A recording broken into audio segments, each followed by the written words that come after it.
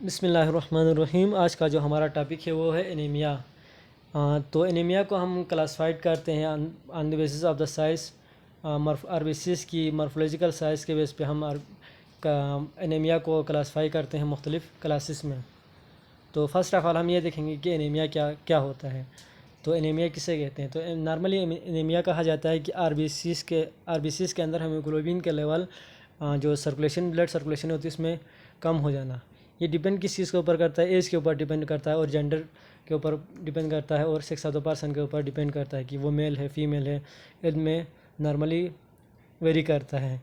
जो मेल के अंदर पाया जाता है 15 to 17 तक और फीमेल्स के अंदर 13 to 15 तक एचबी लेवल नॉर्मल कंडीशन में पाई जाती है। और जब उससे कम होगा तो क्या कहलाएंगे, उस डिजीज़ को एनीमिया कहलाएगी। तो और जो एनीमिया है वो world wide commonest red blood cell disorder है। ये हीमोग्लोबिन की कंसंट्रेशन जब भी फॉल होगी किसी भी पर्सन के अंदर या इन्वायरमेंट की वजह से, तो क्या होगा कि बंदे की ऑक्सीजन कैरिंग कैपेसिटी क्या हो जाएगी, रिड्यूस हो जाएगी। तो एनीमिया किस वजह से हो सकते हैं, तो डेवलप होने की वजह या नॉर्मल आरबीसी सही से प्रोड्यूस नहीं हो रहा हो या ब्लड लॉस हो रहा हो या आरबीसी की प्री मैच्योर हेमोलाइसिस हो रही हो।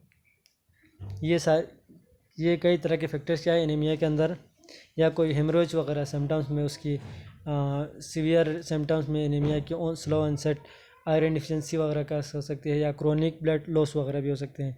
मेन कासेस क्या है एनीमिया होने की, मल न्यूट्रिशन की वजह से प्रॉपर न्यूट्रिएंट्स नहीं मिल रहे होते हैं बंदे को, आयरन डिफिशिएंसी एनीमिया, आयरन की डिफिशिएंसी की वजह से आयरन डिफिशिएंसी एनीमिया कास हो सकता है, या विटामिन डी की डिफिशिएंसी की वजह से फ्लोट एनीमिया कास हो सकता है, या किसी पैरासाइट की वजह से बैक्टीरियल भी हो सकता है, बैक्टीरियल की वजह से भी हेमोलाइसिस हो सकती है और जिसकी वजह से एचबी की कंसंट्रेशन कम होगी और एनीमिया कास हो सकता है बंदे को, या किसी वायरल इन्फेक्शन की वजह से या फ्लोरोपोरिक मलेरिया की वजह से, जो हुक वर्म इन्फेक्शंस की वजह से या ट्यूबरकुलोसिस वगैरह की वजह से, एचआईवी डिजीज़ की वजह से, एड की वजह से भी एनीमिया हो सकता है।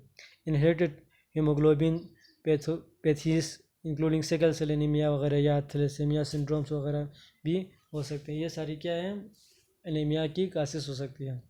अब एनीमिया को क्लासिफाई किया गया है on the basis of morphological size of RBC के को बेस बनाते हुए या मद्देनज़र रखते हुए हम 3 मेन ग्रुप में क्या करते हैं एनीमिया को क्लासिफाई करते हैं। सबसे पहले हम क्लासिफाई करते हैं एनीमिया को माइक्रोसाइटिक हाइपोक्रोमिक एनीमिया के अंदर। तो इस टाइप के माइक्रोसाइटिक हाइपोक्रोमिक एनीमिया के अंदर क्या हो जाती है, जो आरबीसीज़ की जो नॉर्मल साइज़ होती है वो 7.2 माइक्रोमीटर होती है, उससे क्या होते हैं सिमालार हो जाते हैं माइक्रोसाइटिक हाइपोक्रोमिक एनीमिया के अंदर। और जो एचबी की हेमोग्लोबिन की कंसंट्रेशन होती है वो सब नॉर्मल हो जाती है। जो एब्सोल्यूट वैल्यूज़ होती हैं वो बिलो द नॉर्मल चली जाती हैं, मीन कार्पस वॉल्यूम वगैरह या मीन कार्पस हीमोग्लोबिन या मीन कार्पस हीमोग्लोबिन कंसंट्रेशन क्या हो जाती है बिलो द नॉर्मल वैल्यूज़ चली जाती है। दिस टाइप ऑफ मैंने कॉमनली सीन इन। अब इस तरह की एनीमियास माइक्रोसाइटिक हाइपोक्रोनिक एनीमिया की मॉर्फोलॉजी हमें किस तरह के ब्लड सेल्स के या किस तरह के डिजीज़ एनीमिया के रिलेटेड डिजीज़ के अंदर दिखाई देगा। तो आयरन डिफिशिएंसी के केसेस में दिखाई देगा, थैलेसीमिया के डिजीज़ में या सिट्रोब्लास्टिक एनीमिया के अंदर ये इस तरह की मॉर्फोलॉजी नज़र आएगी हमें आरबीसीज़ की समीयर के ब्लड प्रेफियल ब्लड या स्टेनिंग के अंदर, या anaemia of the chronic disorder और कुछ दूसरे केसेस में भी नज़र आ सकते हैं। अब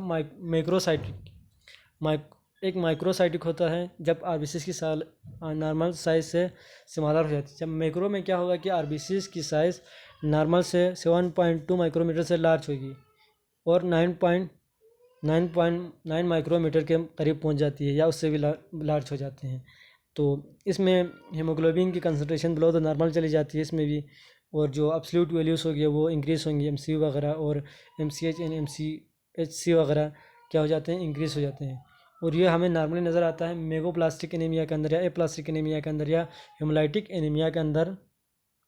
हमें स्टेनिंग में या प्रेफियर ब्लड स्टेन उसमें ब्लड स्मीयर में नज़र आएगा, या लिवर डिजीज़ में नज़र आ सकता है, या माइक्सो एडीमा के अंदर नज़र आ सकता है, या हाइपोपेप्टिज्म के अंदर, या प्रेगनेंसी के अंदर, या अल्कोहलिज्म के अंदर क्या नज़र आएगी आरबीसीज़ हमें माइक्रोस्कोपी के अंदर इस तरह से नज़र आएंगे। नर्मोसाइटिक नर्मोक्रोमिक एनीमिया किसे कहते हैं। नर्मोसाइटिक नर्मोक्रोमिक एनीमिया के अंदर जो HB की कंसनट्रेशन हो जाती है वो इंडिविजुअल RBCs के अंदर क्या हो जाती है, रिड्यूस हो जाती है, और जो नॉर्मल वैल्यू एब्सोल्यूट वैल्यू से वो नॉर्मल नज़र आती है नर्मोसाइटिक के अंदर। ये कॉमनली हमें दिखाई देगा ल्यूकीमिया के केस में, बोन मोरो इन्फ्लिट्रेशन के केस में, क्रोनिक रेनल फेलियर हो तब इस तरह से नज़र आ सकती है आरबीसीज का मॉर्फोलॉजी, या क्रोनिक इन्फेक्शंस की केसेस में इस तरह से दिखाई देगा।